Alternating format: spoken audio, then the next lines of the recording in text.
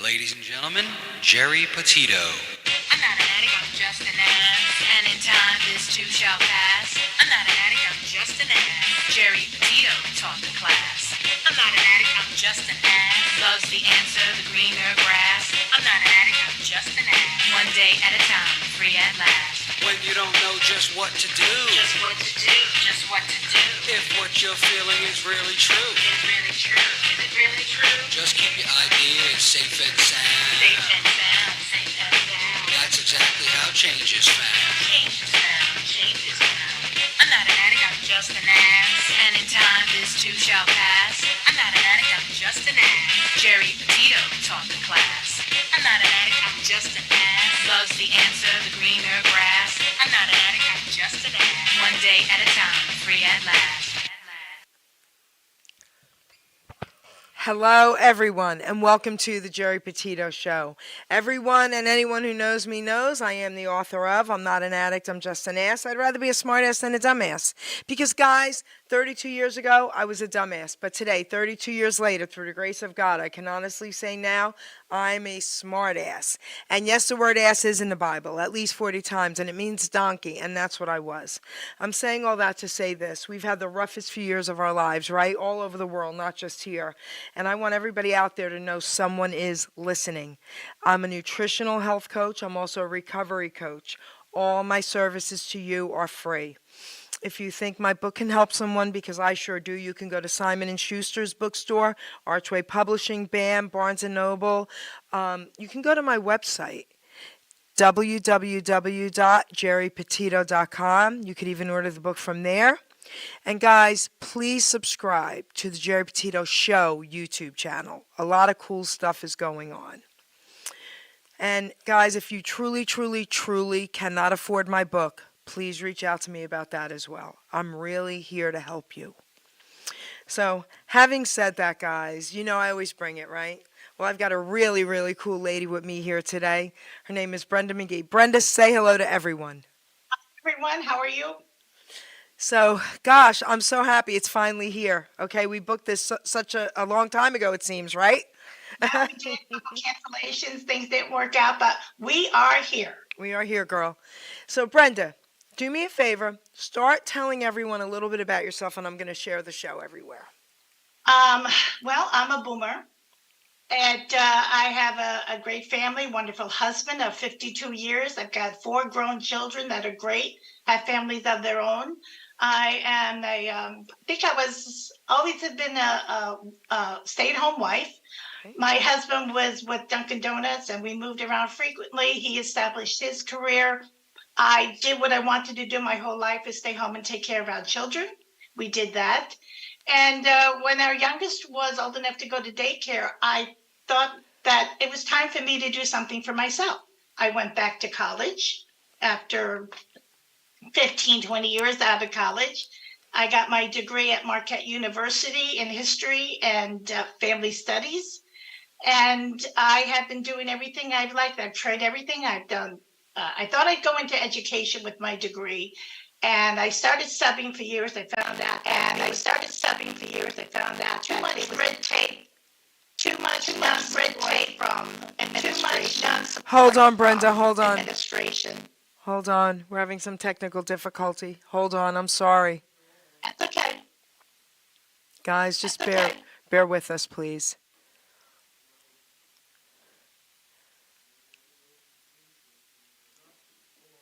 Okay. Guys, we're just having a few minutes here. We've just got a little tech issue. So just bear with us. This lady's worth the wait, trust me.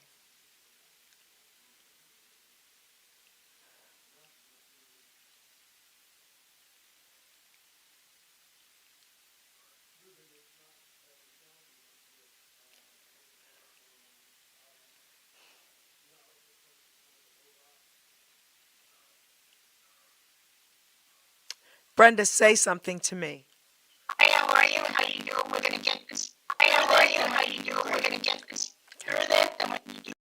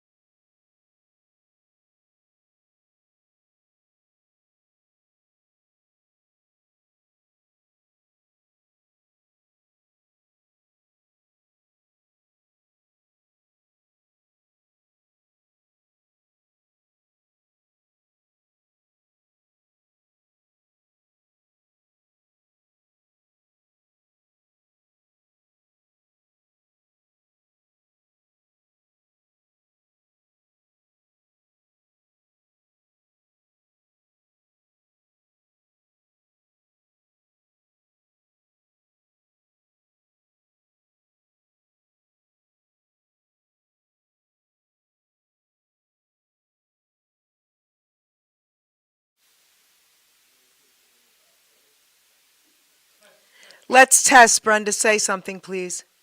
Hi, I'm doing fine. Today's Wednesday, the 25th of October, getting ready for Halloween and all the other good goblin stuff. Okay, guys, sorry we had a little tech issue for a couple minutes there, but it seems like we're ready to roll. Things are good.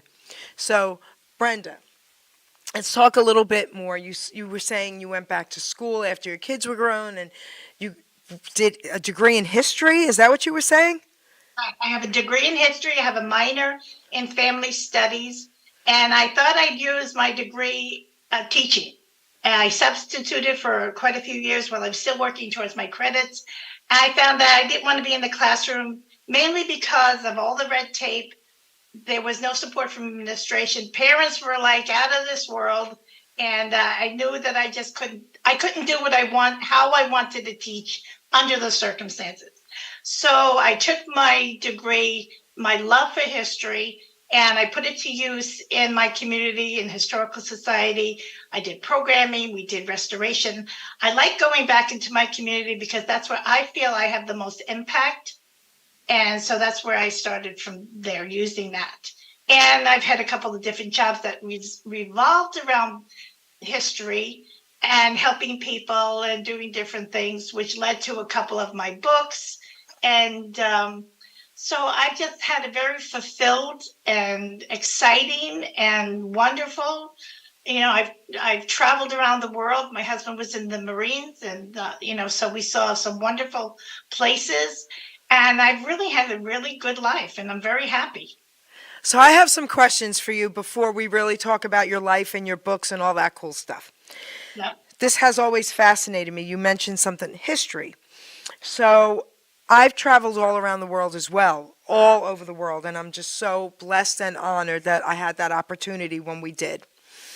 So, I was on a tour all over Europe for a month with my dad and my daughter. She was a teenager at the time, and there was a family with us whose son, we were in our 20s, me and him, and he was a history teacher down south.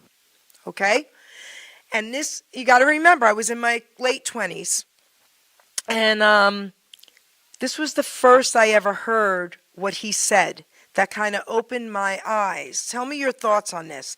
He said, Jerry, the history books up north are very different from the history books down south. They kind of teach different things about the same topic. And one was we talked about slavery and how what they're being taught and what we were being taught. So obviously this is true about the books. And why? Why aren't we all taught the truth? I think it's not just how people interpret it because of where you live, but I think there are certain things that just you and I and other people, we see the same thing in so many different ways. And I think those that are chosen to write the textbooks that our students read, that are chosen by a committee of people, usually parents, it's a mixture, it's parents, it's academia, it's the school boards, it's whoever chooses these books based on the knowledge that they've had from their school books. And so I think that just keeps going and going until someone, or perhaps maybe it's even a required reading that, in English or history or something like that, that sets the tone that to ask the question, oh, there's something different than what I know, what I've learned before. And I just think that the repetition of being a standard of what we know is just keep going. And again, when you have this definition that there's two totally different stories, that it has to be corrected and blended so that the true story comes out of this. And so when I write, in a sense, that's how I always put a different story or a different spin to it. I say that my subjects jump out at me and ask me to tell their story. And that's my catch line, is what's your story? Because everyone and everything has a story. Even though we have the same experiences, our story is so much different on how we look at it, how we were raised, were we raised in the city? Were we raised in the suburbs? So the story, which is the essence of whatever the subject is seen through so many different songs. My first book was about beer. What's the And title? Tell us the title. brewing in Milwaukee. Okay. So someone said to me, "Oh, another beer book. There's like 5 million out there." And I said, "Yeah, that's true. But I'm telling the story of beer, how beer came to America." And so that is how I write. I tell the story and I go into I start from exploration. And because I'm a historian, I go right to the beginning. And then I go all the way. So wait, I want to hear. You got to talk a little. You don't have to give your whole book away, but come on, man. I want to hear a little bit because first of all, I'm cracking up over here thinking anyone even said I want to tell the story about how beer came here. First of all, let's start there. What made you want to tell that story? Do you love beer? I don't drink at all. I don't drink. No, I might have a cocktail on a holiday. So tell us. Come on. But the reason I wrote this book is because we were living in Wisconsin, and I got a really great job for a company that took care of all of the ins and outs for companies that were transferring their employees to a different location. And the company was housed in an old Victorian building, Cream City brick building, on the lakes of the Wisconsin on Lake. And so every day I'd get home to go on the highway, I would have to pass through, or actually detoured through, the old Pabst building structures, which at that time, for me, this was like in about 2009, 2010, somewhere around there. And they were all shuttered down. They were crumbling. They were boarded up. There was graffiti all over. But I would drive through it. And every time I drive through it, the buildings would speak to me a little bit more. And it was to the fact where I could imagine what it was like to hear Captain Pat shouting out orders to his people, that they're loading up the bottles of beer on the horse-driven wagons, and I can hear them clinking. I could hear the hoofs of the horses clumping through the brick roads. And so we had been in Wisconsin for 25, 30 years, and I didn't know much about downtown or Pabst because I don't drink beer. So coincidentally, the old Victorian building that we lived in, now again, this is talking about history and how it shouts at me. The building was a Victorian home at one time, and the inventor of the typewriter lived there. And so it was Mr. Scholl. And he was a mover and a shaker. And I imagined, I'm really good at imagining, I imagined all the other movers and shakers of Milwaukee that would come into this building and how they'd be there and they're puffing on their cigarettes and, they're talking about changing and different things that are going on and what they want and what they don't want. And so my imagination would just take over for me. And I said, okay, I need to know more about how Milwaukee got on the map, literally. And so I did my research and, and I found out all the different, how we as the United States needing, talking about the early 1800s, when industry is changing from cottage industry into factories. And so how we needed the workforce, and we sent all these flyers over to Europe, and they were, in the town square, beckoning people, immigrants, to come over to the United States. And didn't matter what you did, we'll find a job for you. We need you. Come over here. And so I imagined that Pabst and Miller's and, all these Schlitz, all these guys coming over, and they've got their little bag with just the clothes on their back, but they've got in their pocket is their secret recipe for beer. Oh my gosh. And how they take that secret recipe of theirs and they just build an empire with it. And it was just so intriguing to me that they could do this, because even before they set up the factories, and I'm sure it was the same in Chicago and in Boston and New York, all of the immigrants brought over their bread recipe and their liquor beer recipe. Hold that thought. I'm not going to interrupt you. I have to at this moment, though. What you just said was so ridiculous because my dad and his family came from Italy. Okay? When my grandfather, when it was his turn and my nonna's turn to come over, because my dad was already here, he was the first one at only 14, sent on that boat alone. When they came, they brought their wooden barrels for their wine. They brought them with them on the boat. My grandfather had those wooden barrels till the day he died in his basement in Astoria, New York. Yep. So continue. I just had to tell you that. Yeah, and that's what they did. They brought all of those fixings that they needed. Because, just like anybody else, they only had so much they can carry. And whatever their craft was, because it was truly a craft. Yes. But everybody was making their own wine. They were making their own beer. They were making their own ale. And, the neighbor that couldn't do that, they would buy from them. And so it just came down to the point where eventually the big guys roll into town. They gather up all the smaller guys because here already is the workforce that kind of knows what they're doing. And, okay, come on over to us. We're going to put you to work. And we're going to, give the people what they want because they were working, mostly Germans.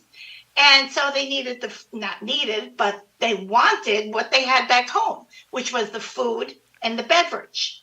So you have all these German, restaurants. And again, I'm talking about Milwaukee, but you have all these German restaurants, and then you have all the German breweries.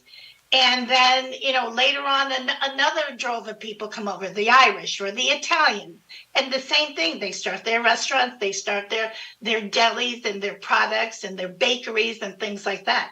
So, as I said, the story of how Pabst started was really very interesting to me. And so that's how I got into all the breweries and knowing that. And what was interesting about it is because even though these were separate brewing communities, they were city blocks long, huge building, working 2 shifts a day, and that they had everything, if it was Schlitz or Pabst or Miller or whatever it was, they had their own communities because there was no way to get to any place else other than walk. So you lived not far from where you worked, and your community was built around that particular brewery. So they had clubs, and they had bands, and they had children organizations. They had their own hospitals. They had their own banks. They had all these things that was just for them.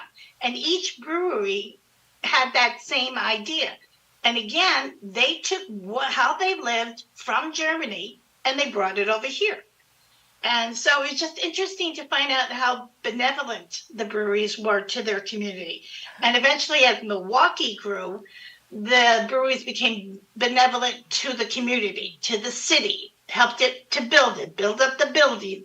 And, as Milwaukee progressed, and at the same time, the rest of the country did, that it was how based on brewery, based on intelligent men that wanted to see growth. And in that growth also was a benefit for them because they were selling more beer.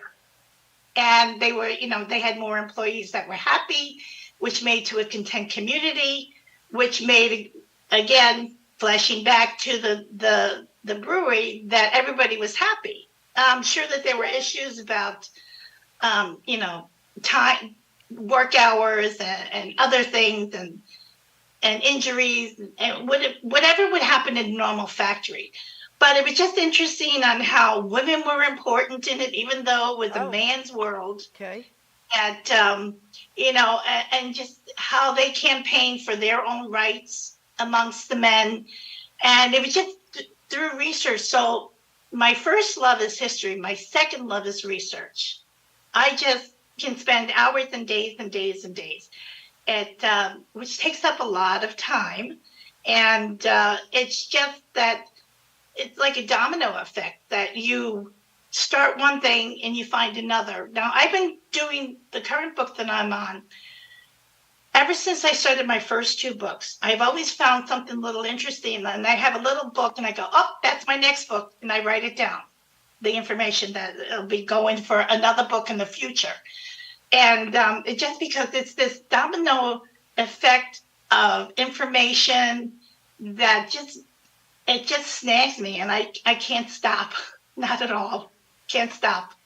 So, okay, so back to your first book first, just a couple more comments.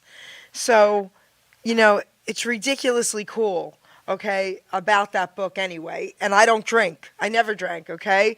I did drugs, but I never drank. So, but that was just very intriguing to me. So, very cool. So, everybody, if you are interested in that, please check out her book. I mean, it is pretty cool, guys, okay? Now, what's the title of your second book? The second book is called The Milwaukee Mile, Okay. which is a very famous worldwide oval.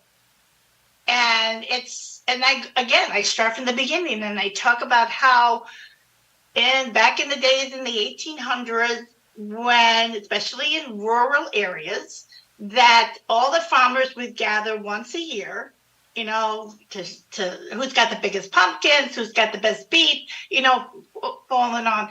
And as time has changed and technology came into the aspect, or saddlery or things like that, these would be stuff that people would also go to the fair for. So it wasn't just judging lambs and beef and things like that. It was the technology that was progressing that was a central point of having a state fair.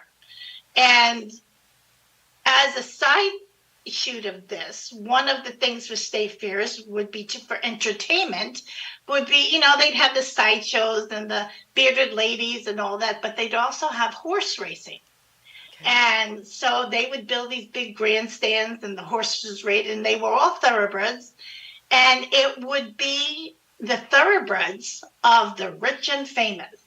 They trailer their stock up there and they'd run on Saturday and, whatever. And, whoever's the winner, they get to tout about their steed for a year.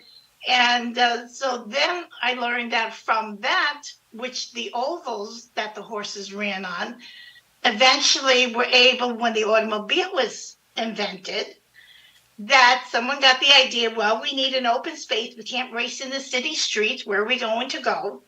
And in my particular area, West Dallas, where our state fair and the mile is, was a big industry for development for machinery and international harvester and batteries and every other kind of information that you could. A lot of the information also supported the breweries and technology and bottling and whatever mechanical things that they needed.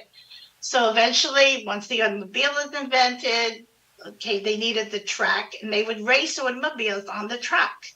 And that started then to become a very popular spectator sport. And again, different cities throughout Illinois, Chicago as well, suburban Illinois, Wisconsin, Milwaukee, Indianapolis, we've got Ohio, we've got Pennsylvania, we've got New York, and a couple more west from here. But it all developed out of the same way. First comes the dirt farm section, then you get into the technology of the automobile, and then it becomes a competitive sport. And again, you've got automobiles that are improving over time. And so from the 1960s was really the best years of racing. And but where the state fairgrounds and the racetrack are located, to provide the people and the employees for the factories around it, all the homes built around this track. And through changing time and people's off time from work and family commitments, that was the place to go on the weekends. And as we know, times changed, people grew up, and racing kind of in the 80s and 90s kind of took a little sidestep there, and it wasn't as well attended. TV started to broadcast it, which meant that people didn't have to go out there. It's hot because it's usually during the summer. So TV kind of could put the kibosh on a lot of public attendance. And so at all the racetracks, the attendance fell, which led to smaller purses rather. And you just see a decline here. And in Milwaukee, that decline meant that there were fewer racers. And then you didn't have the sponsorships that you had at one time. And so it would be that in the summertime, there was every weekend. Sometimes it'd be a Wednesday night race, but it was Friday, Saturday, Sunday weekend. And so they declined. And then you'd be down two or three a year. And then you're only down to one big one a year. And the phrase was, after Indy 500, the following weekend was always Milwaukee. And it's, they would just trailer up there. This is a reminder to drink water. Oh, I'm supposed to drink my water. But so other than that, it started to decline, as I said, and it would just sit there closed. Back in the late 1990s, early 2000s, the state put millions of dollars into it for new facilities in the hopes of attracting new vendors and new promoters, as well as a larger audience. And it somewhat worked, but then most of the time, the stadium and the track sit quiet. And people were upset, nothing's going on, what's going on here? And because it is a very valuable spot, and I'm talking about the mile itself, which is attached to the state fairgrounds, it's worth a lot of money. So there was always talk about closing the track and turning it into development to offset the state fair or to support the state fair or whatever. So we traveled a lot through the town of West Allis. And I'd always comment to my husband, I said, it's closed again. And again, something jumps out at me and says, tell my story. And we would drive by and you see nobody there. And I always heard, because I was born in New York, I just heard stories about the track and everything. I don't drive, and I tell people that the only thing I know about racing is my husband used to run the quarter mile. And that's all I know. Wait, I got to interrupt you again, okay, because I have to tell you this. So I have a racetrack story real quick.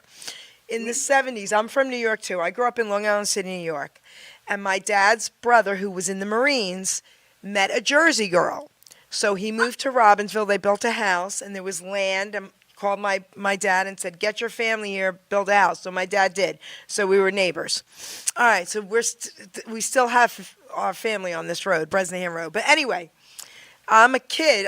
It's in the 70s, right? So I was like early teens. My father and my uncle, they were business owners, and they were well off, but they loved the racetrack, Freehold Raceway. Mm-hmm. So they went too much. My aunt was only in her 20s. She was like 25, 26. So she was, one day she grabbed me, come on, we're going to get your uncle and your father. Listen, she even knew the guy, the attendant at the, where you park, in the parking lot. And he's like, Kathy, she says, I'm going to slice his tire. And the attendant's going, Kathy, please don't do it. I'll tell him to go home. It was things were so different back then. Okay. But yes, so the raceway, oh my goodness. Yeah. So as I said, it sat closed and shuttered for so long. I wanted to know why. And you'd hear different stories from the residents who lived there. Yeah, get rid of it. Nothing but the news says, oh, I can't stand the noise, even though they built there after it was a racetrack. Oh. And then there was rumors that the state wanted to get rid of it because of this and that and whatever. And so I wanted to know the story. And so I did my research, and it was just amazing. As I said, it was funny because the first time when my book rolled out, I went to one of the first races after a couple of years. And I had to go for a potty break. My husband put this nice tent up for me, and he waited and he babysat my site. And so these guys are coming up to him. They're going, oh, what about this book? And they're asking him questions. And he says, oh, I don't know. You're going to have to ask the author. And they go, well, aren't you the author? And he says, no, my wife is. And I kind of get back when they're all talking. They go, oh, you're the little lady that wrote this book about racing? And I go, yes, I am. They go, well, what do you know about racing? And I go, well, I kind of know a bunch. I don't know everything about racing, but it was just so much fun to tell the story. And again, I tell from being a racetrack for horses and how the track developed into what it is today. And I talk about the stars. And I wanted to include as many of the local Milwaukee, Wisconsin, Illinois drivers as possible. Okay. Because they're the ones who really built that track. Okay. Yes, we had the stars come in like Foyt and some of the other big names, but there were so many of the local drivers. And what was interesting about that is that the local drivers had their crew was the kids down the street or their nieces and nephews who wanted to come. And when I talk about what it was like to be at the track on race day, it was so thrilling because people, they get up and, they get dressed to go. It's a date night. And, I talk about the popcorn and the hot dog smell and, what it's like to be down in the pits. When I was searching the book, I did get a pit pass, which was like the thing for me. And once I heard one car out testing, I was hooked. The aroma, I call it aroma, of the pits, the sound, which is deafening. But once you get down to the second turn, it's not so loud. But it was wonderful. And what was interesting about my second book, The Milwaukee Mile, is both of my books were written from, well, they used to only be a U.S. base, but now they're a national-based publication. And when you work with them, which is really good for beginning authors, okay, you need to submit a proposal. And you got to explain all about it and how you're going to do it and where it could be sold, who's the marketing, what's the marketing area, who are the people interested, and you have to supply all of this. Well, on my second book, I did the same thing. Marketing, where I could market it and who's interested. Not supposedly, but coincidentally, at the same time, another individual submitted to write the book as well. Not the same title, I chose my title and whatever. This other individual, who was a male, who had been in the racing industry for years as a teenager, knew so many of the big drivers, knew everything about racing, knew all of this. I won the book. And he didn't.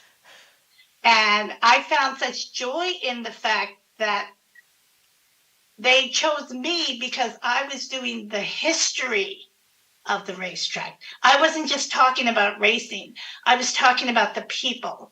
I was talking about the development of the automobile. For instance, the track was used to test tires by Firestone and other tire manufacturers. So it wasn't just about racing. There's so much more that goes into the life of a racetrack other than, 3 hours racing around a circle to be a winner. There's so many people. When you talk about the flagman, and I talked about the announcers, I talked about people that made the day of the race the most thrilling memory that you'll ever have. And that's what I love to do. So, all right. So now, do you have any ideas on a third book? Oh, I do. Okay, I thought you did. Let's hear it. Now, the first two books, From Thought to Shelf, I did in 18 months. Okay. My third book, I'm now in my 7th year of writing and research. Oh. 7 years. Oh. My husband's kind of getting a little testy about this because he doesn't understand why it's taking me so long. And I refer back to this domino effect every time I find something. So what I decided to do, I am a huge fan of Cousin Brucey. I know that.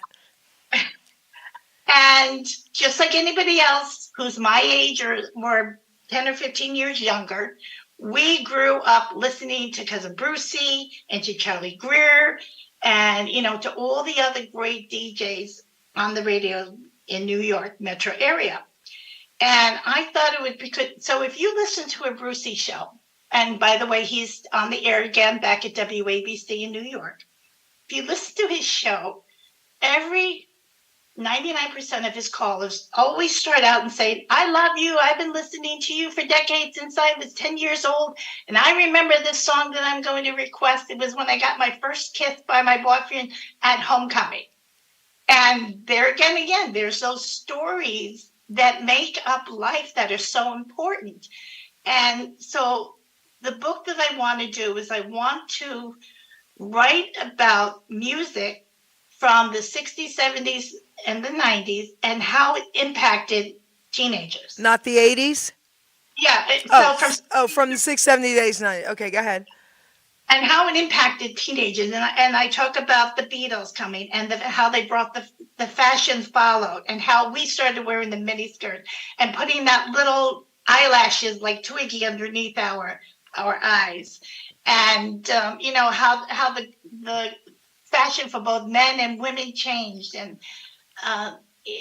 the twist, how that influenced people and the new dances. And I just talk about, if you can imagine everything that your life was like in those decades, I'm cramming into this book. Okay. So it's a definite boomer book. I call it a boomer memoir because there's just so much stuff. Is that going to be the title? No. Okay. But it's all based around the music of that area. And I talk a bit about Vietnam. Okay. And how the music here at home that was not a protest song, because there were not all that many that were actual protest songs written for protest or against Vietnam or about social inequality. But the music that they used for it, to empower you or to have you think about something. And when I concentrate on the Vietnam War, I talk about how our troops would listen to music there and the kind of music that they listened to. Cousin Brucey, along with all the other DJs, would send recorded shows to them so they can hear that. My husband did not go to Vietnam, but he's a Vietnam era Marine. And I would send him, we wrote every day, but I would also send him a spoken letter on a cassette tape. And I'd also include some songs onto it.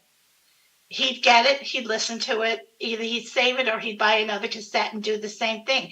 I heard this song today, will you listen to it? This is what it means. And so when I talk about the meaning of the music, that's the story behind both the song as well as the story behind the moment that they're listening to it. Because we can all listen to the same song. We're in different places. It's at a different moment, but that's how it affects us all. And so that's what the book is about, how music influenced, affected, brought memories, stored memories. And now, that I reach out and I talk about how now here we are, 70, 60-something, 70-something boomers. We are listening to Brucey again. We're going to different PNC shows because that's where our memories are. We are going to other, what is that one that the theater in Red Bank? I forget. They have a lot of doo-wop and they've got Yes. Yeah. Darn it. Yes. Named after a musician. I forgot. Yes. Oh. But, so because music was so important in our lives and the memories that it gives us, we want to go back there. Yeah. So we listen to that again. We attend these shows. They have a lot of cruises based on the genre of Yep. music that you're into.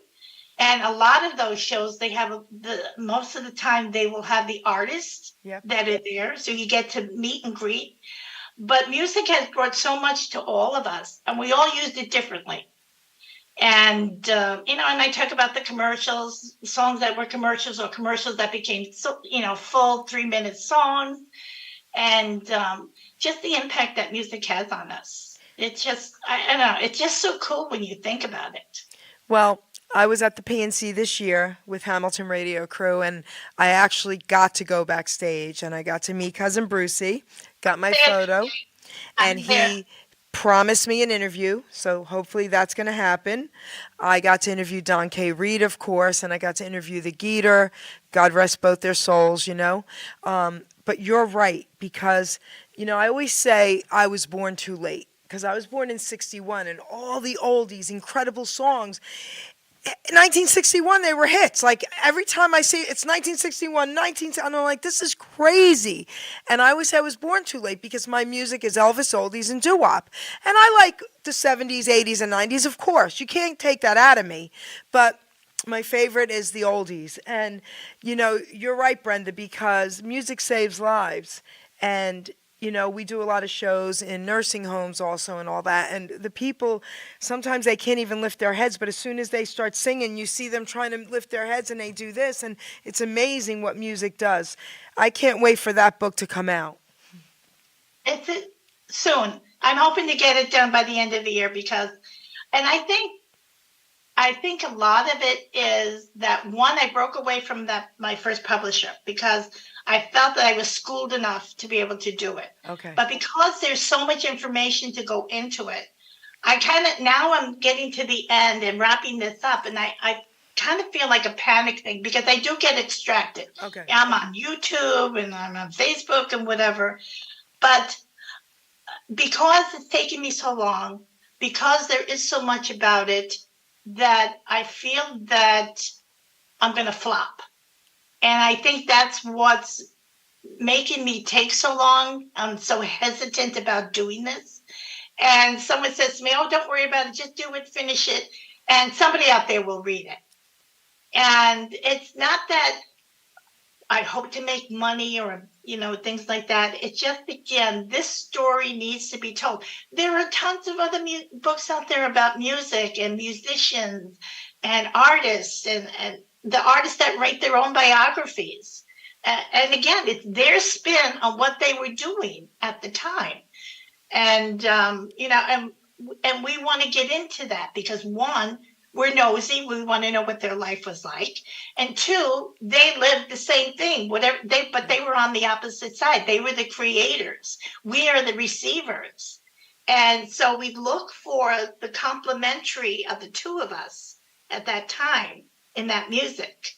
And so I'll be honest. I'm saying, I'm afraid to flop, but I'm going to self-publish so I won't lose much money. And the fact that if 2 people read it, that's okay with me. At least I am done. I am done. So I have a couple questions for you. It doesn't matter like how far back you want to go with this answer or present or whatever, but who were a couple of your favorite singers, groups, and what about a couple favorite songs your entire life? Can you come up with any of that? Well, I'll tell you, I grew up in a strange childhood. My parents, I learned years later, were married because of me. Okay. Wow, really? That went on back then? Right? Yeah. Think about it. Okay. Yeah. But I grew up, they weren't married very long. I don't even know how long. But I grew up in a very close-knit family. My grandparents, my mom, my uncle, and me. And we did everything together. And my mom, as I tell people, was not very much in love. But she loved music and she loved dance. And she would drag me along. Now, she's like maybe 24. So she's 19 years older than me. I can remember going to this lounge on Staten Island It was called the Lincoln Lounge. And I would sit and we'd all get dressed up. And I'd be in my little crinoline dress and my little black Mary Jane patent shoes. And I would go with her to dance on a Saturday afternoon. I would sit at the bar and I had my little Shirley Temple. And Mom would be right there and she's dancing with the guys and stuff like that. And I remember the guys would help me off my stool because I couldn't jump down. And I would stand on their feet and they would dance with me. I felt like, you know what, well, you wouldn't remember, but they used to have these stuffed dolls that would be about as big as a 3-year-old. And she had elastic bands on her feet, and you would put them on your feet, and you would dance with this little stuffed doll. That's how I felt. So she was dancing to Night Train. She was dancing to doo-wop. She was dancing to all these. So I knew how to dance. I sound like Jerry Blavitt because he's the same. That's how he learned to dance. But, you know, and they knew all this music. I knew all these songs. So I was into doo-wop and I was into the beginning of rock and roll and R&B. And so that just kind of carried, I have such a varied interest in so many genres. But as a teenager, you know, I liked Ricky Nelson and I liked, well, some of the country crossovers, but then the Beatles came. Yeah. I was in love with Paul. I remember ripping out his picture from the Teen magazine and framing it in the best little frame, keeping it by my bedside. And so I guess that, you know, some of my favorite songs are, so to kind of go back. So I had this thing for dancing and music and everything like that. When I became a teenager, they opened a Hullabaloo club near me. It was the first club the teenagers could go to and be accepted, and it was their place to go to dance. And it was just, you know, a great opportunity for us. And on Friday nights, I'd make sure my mom dropped me off before they opened at 7 o'clock. I'd be the first one in line so that when it opened, I didn't even get a drink. I would go in, and they had like these little cubes and little stages. And I made sure I always had a little stage because I would dance like I was a Hullabaloo girl. And it was just the coolest thing. I just loved it so much. And, you know, Wipeout was one of my favorite songs. I love that instrumental. It was just, and doing the Stroll, I loved. And, you know, just as time, and then in the 70s, it would be Bread, Bobby Goldsboro. Yeah. And, you know, it's just that as the decades go, you know, you find new songs and new artists that you kind of like. You may not like everything, but there are certain songs that grab you, that they mean something to you. But yeah, I love dancing. I love music, and it's just a part of my life.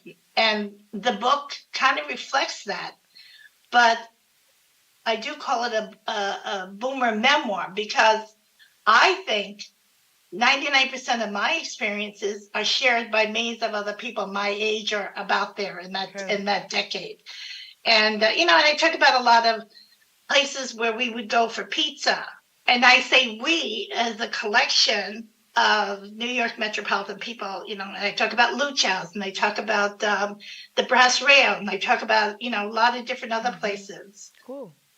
But so tell everyone your information, if you have a website, anything and everything you want them to know, how to get your books, all that. I did have a website. It's now under construction. Okay.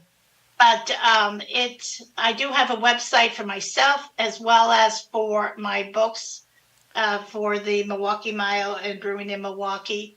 And they are available on any bookseller, whether it be Barnes & Noble, Amazon, or whatever. And it's just, and I do a lot of speaking and, you know, talking about my books. But aside from that, I belonged to a writers group where we lived in Wisconsin. And it was to encourage people first we started out with just, you know, writing down your feelings and your emotions, short stories and things like that. And then we developed into a full-fledged writers group of support. We'd bring in different publishers, local publishers, and people who can answer questions about publishing, about getting started writing. We would do writing prompts and things like that. So I think it's really important for everyone to journal or to write, because I'm sure there are a lot of people who have a story to tell that want it to get out there. And that, so the encouragement is there. You can always find it someplace, either online, through your library, through your someplace, that there's a group of people out there willing to help you write your story, whichever it may be. And I just think that doing that, is it's fun. You get to share ideas, you get to share memories, you get to tweak people's work. And it's just, writing is it should be part of everyone's daily activity, even if it's just, that you're blogging or that you're journaling just a couple of lines, because it's also a release for you, because it gives you time to do something else other than what you're involved in or tied up into. And it's a quiet time for that individual to sit down in a space somewhere and, put their thoughts to paper. Yes. And I just think that's really important. Well, first of all, I want to thank you for being on my show. This was so cool. Good luck with your books. I cannot wait for that third book to come out. Please tell your husband I said thank you for his service. Absolutely. But I also want to read a poem out of my book before we close. Can you hear me okay, Brenda? Yeah. Okay. So the reason why I want to read this poem, it's called Utilizing Gifts and Talents, is because everyone that watches my shows, they'll always send me messages and they'll say, oh my gosh, I wish I could write like her. Oh my gosh, I wish I could tell poetry like you. I wish I could sing like that person. I wish I could dance like that person. And I want everyone out there to know that you all have a gift, okay? Yep. And this is important. If there's anyone out there feeling like they're worthless, feeling like maybe, and I don't even want to say, not being here anymore. Whatever it is, please put those thoughts out of your head. You're not worthless, okay? Listen to every single word of this poem, please, because this might mean something to one person today.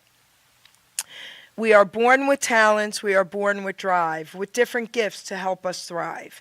I knew early on I was born to draw and paint, to also write poetry and to talk without restraint.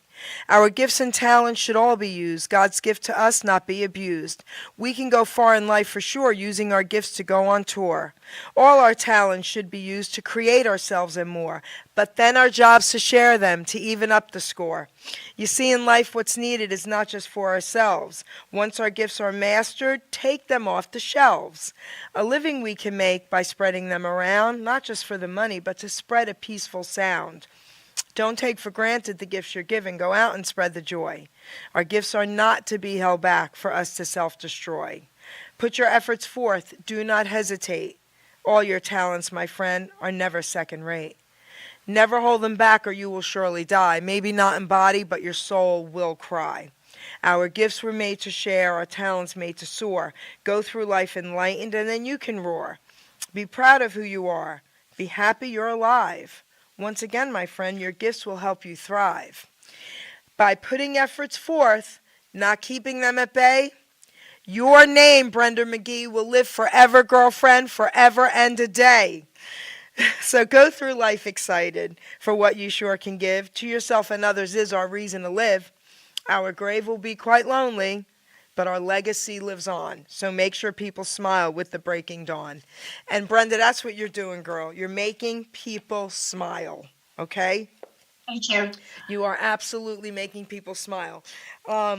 You had me, I'm telling you, I was giggling, laughing about the first title of your book. I was like, I can't wait to hear this, okay?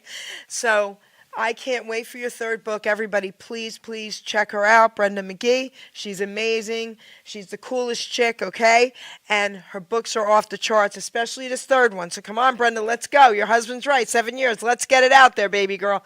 It's not going to fail, okay? Again, I want to thank you for honoring me today with this incredible, incredible interview. For having me. Thank you. And say hello to your daughter for me, okay? I told her she has a very cool mom. And guys, please, please share this video, okay? Brenda Magee, everybody. Take Thank you us very out, much. producer. You're welcome, sweetie. And thank you. Producer, Bye. take us out.